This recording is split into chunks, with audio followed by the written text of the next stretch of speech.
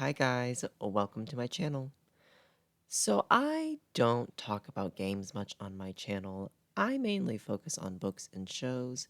However, the core of my channel currently is about stories and what I think of them. So that's the reason I'm coming on here today to talk about the story of Wizard 101 and why I think the second arc is better than the first one despite it being the least popular of the three completed arcs. But what is Wizard 101?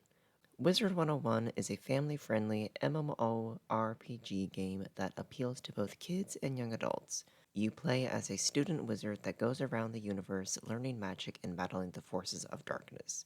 And the story is currently divided into 4 ongoing arcs, each with their own plot, villain, and worlds as the player grows up and becomes a full wizard. Now, I want to say this right off the bat, and I'm not trying to get anyone upset with this comment, but I do think a lot of love for Arc 1, and especially Malastare, stems from nostalgia because of all the fond memories that players had as small kids playing the game. I, however, started playing Wiz in 2020 because it was quarantine and I wanted something to do, so I don't have nostalgia for any of this game, which is most likely one of the reasons why I liked Arc 2 more than Arc 1. Also, I'm not trying to bash on anyone for loving the first arc or Malastare. If you love Arc 1 and disagree with everything I say in this video, that's okay. We all have different tastes and opinions. I just want to list out why I personally like Arc 2 more, since I feel like it's always underappreciated by Wizard 101 fans. Like, I feel like it's so heavily slept on, so I just want to talk about why I like it the most so far. Also, I will not be including any of the Darkmoor lore because it's a side dungeon, not part of the main story. And if you enjoyed this video, please remember to hit the like and subscribe buttons. With that being said, the first reason why I like Arc 2 more than Arc 1 is because the worlds of Arc 2 each feel like they add to the narrative in a significant way, whereas Arc 1's worlds feel like they only push the plot forward just a little bit. Let me break down what I mean by this. In Wizard City, you're introduced to Malastare and to magic as a whole, fighting various enemies that follow Mali. Strong start. Krokotopia, you go there to find the Croconomicon and fail, without Mali even once appearing. Marleybone, you solve some local mysteries for people until Malastare breaks someone out of jail and you go to stop them, failing once again to get the Croconomicon. And Mali is present for like 2 seconds. Mushu, you get the Spiral Key to Dragonspire and don't see Mali even once. When you finally get to Dragonspire, you finally learn what Malastare's endgame is and the consequences that will happen if he wins. And then meet up with him at the end and you're done. That's it. Obviously, more stuff happens on these worlds, but none of it is like really relevant to your quest to finding and defeating Malastare. It's mainly just you solving big problems for the local people. You don't even get to learn anything about Malastare or what he plans to actually do until the final world. Now compare that with the worlds of Arc 2. Celestia, you unlock new forms of magic and accidentally release Morganth into the universe. Zafaria, Morganth shatters Mirror Lake and obtains her Shadow Deck of spells, increasing her power and threat significantly. To level the playing field, you go get the legendary Sword of Kings from Avalon that increases your power and threat level. It's also on Avalon that you get pieces to Morgan's backstory, learning how she caused the war on Avalon and also that she was once Merle Ambrose's apprentice just like you. As Tekka, Morganth learns the Song of Creation, which will allow her to bend reality to her whim. This is also the first time the wizard completely and totally loses with the destruction of Azteca. This not only shows just how powerful Morganth is becoming, that she can literally destroy an entire world, but it also shatters the illusion that the player wizard is all-powerful and can't be stopped, like what Arc 1 may lead you to believe by saving the day each time. Then, finally, on Chrysalis, you go undercover in the Umbra Legion, learning more about Morganth's own army and weakening it from the inside. Here, you also learn the rest of her backstory, how she was expelled from Ravenwood, how she came to find and master shadow magic, that she couldn't learn celestial magic and so sought to destroy it. By the time the final battle comes around, you know Morganth fully, her story, her goals, her connection to people and places you know, and the two of you have interacted plenty of times throughout the arc that she knows what you're capable of and treats you like an actual threat to her power. Reason number two. Arc 1 feels like a big cat and mouse chase, while Arc 2 feels like an actual wizard war. Building off my last point, Arc 1 is pretty much you chasing Malistaire from world to world and either missing him completely or just barely getting to him before he leaves, until he finally stops and stays put on Dragonspire so you can defeat him. Compare that with Arc 2, and you and Morganth are actively making moves against each other throughout the story. She gets the Deck of Shadows, you get the Sword of Kings. She destroys a world of people you've become friends with, you destroy her army from the inside. She isolates you from your powerful allies on the Council of Light, so you make a new powerful ally that was once her mentor in the form of Old Cobb. You and Morganth are constantly going back and forth, whereas in the first arc, you're just desperately trying to catch Malistaire's attention and hope he gives you the time of day for once. Additionally, you don't really battle Malistaire's forces all that much throughout the worlds of Arc 1. Sure, you battle them in Wizard City, but the minions and smaller bosses you battle in Arc 1 are mainly independent threats to the people of that world that you're on, but aren't necessarily working for Malistaire most of the time. Whereas in Arc 2, you do battle Morganth's army and followers throughout all the worlds, especially in Azteca and Chrysalis. That part for me makes Morganth feel like a much bigger threat than Malistaire because she's capable of rallying tons of people across the spiral to fight for her cause, whereas Malistaire is pretty much on his own. Reason number three. Morganth and you interact a lot and have an inherent connection to each other in the form of Ambrose. While Malistaire literally admits he has no idea who the fuck you are in the final battle. This and my next point are really the biggest reasons why I like Morganth more than Malistaire. As we've already established, Arc 1 is a long game of chase, so you don't really interact or even see Malistaire all that often.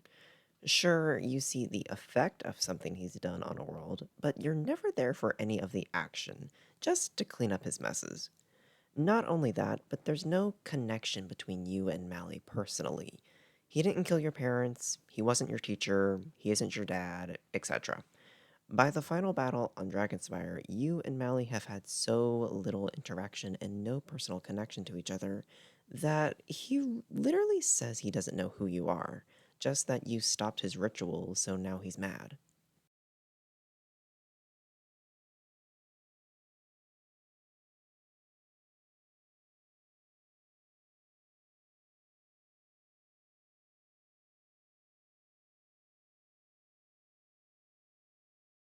Compare that to Arc 2, and you and Morganth are constantly interacting with each other in almost every world.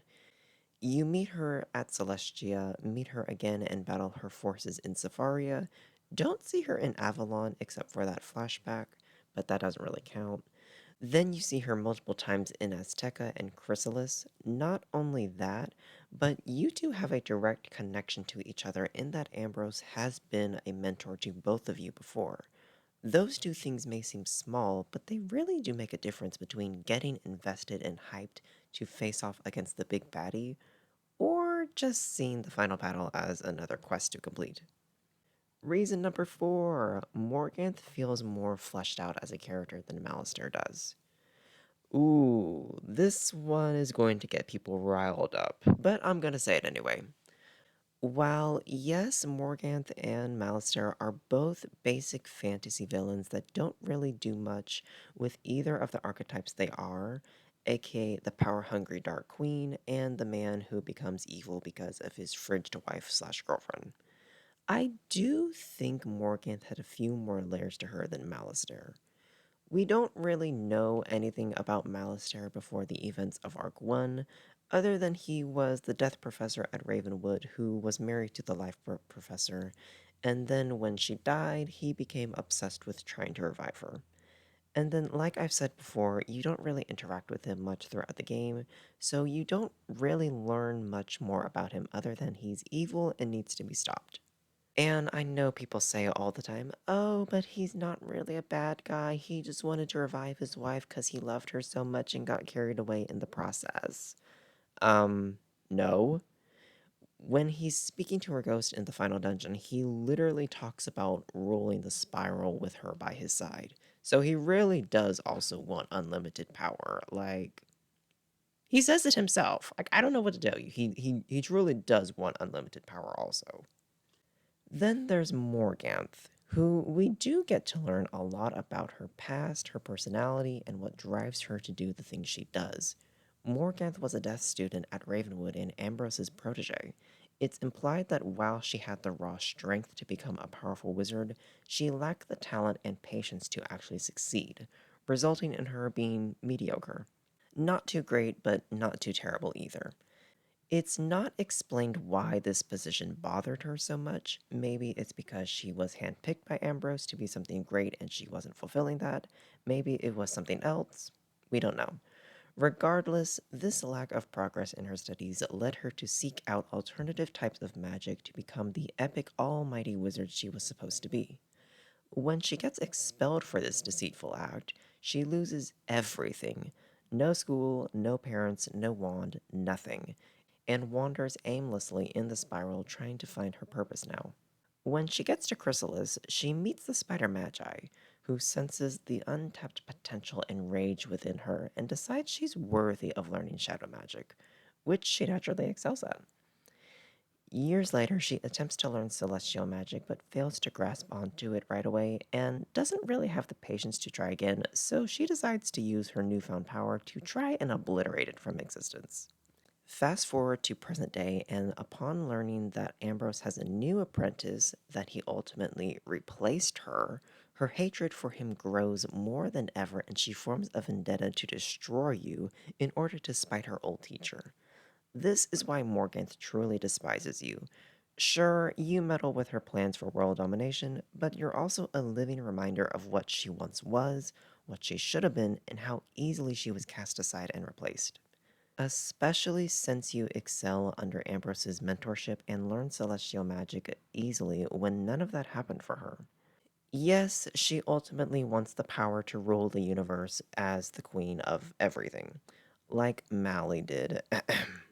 But she also has personal bitterness and hatred for the people and things who she feels robbed her of obtaining the full extent of the power she was promised as a kid.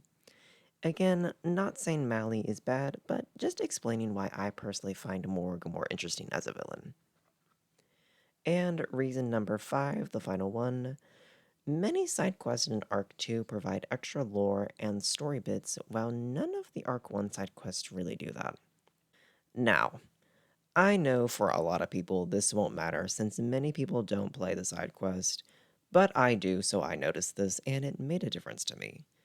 In Arc 1, almost all of the side quests are just you doing random acts of kindness and solving normal problems for people in that world.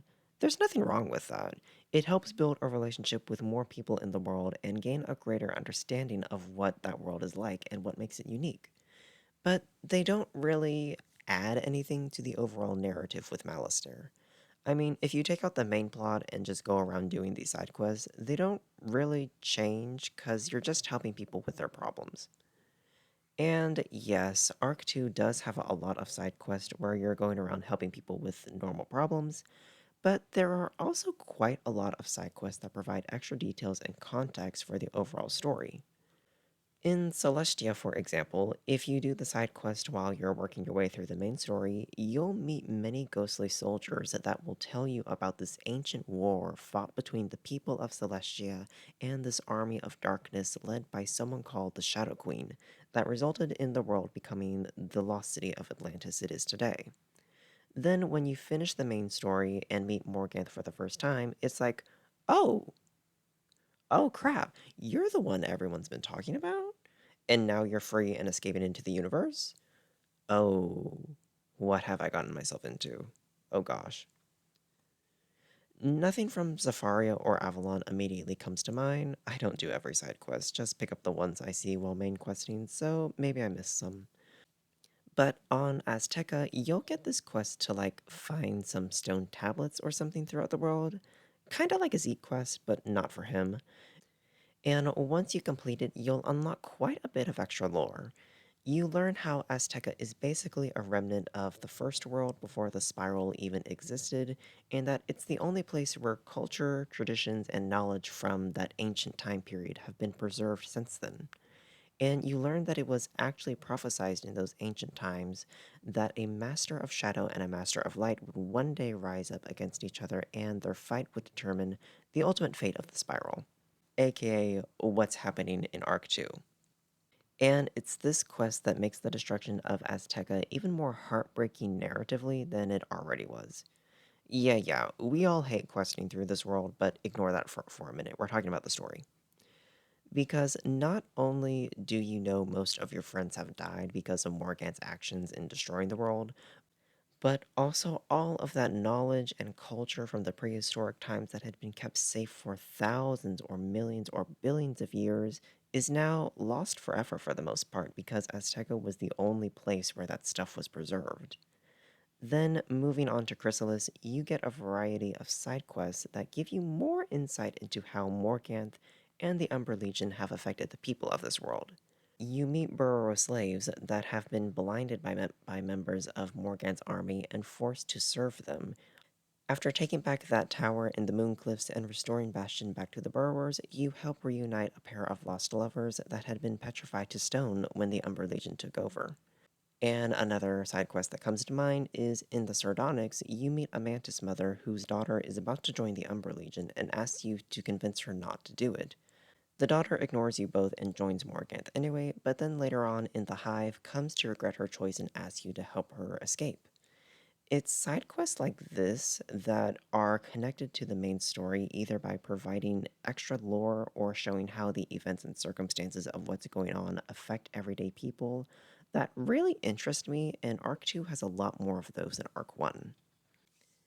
And that is my video on why I like the second story arc more than the first in Wizard 101. If you enjoyed this video, be sure to subscribe and like the video. I'll talk to you next time. Bye!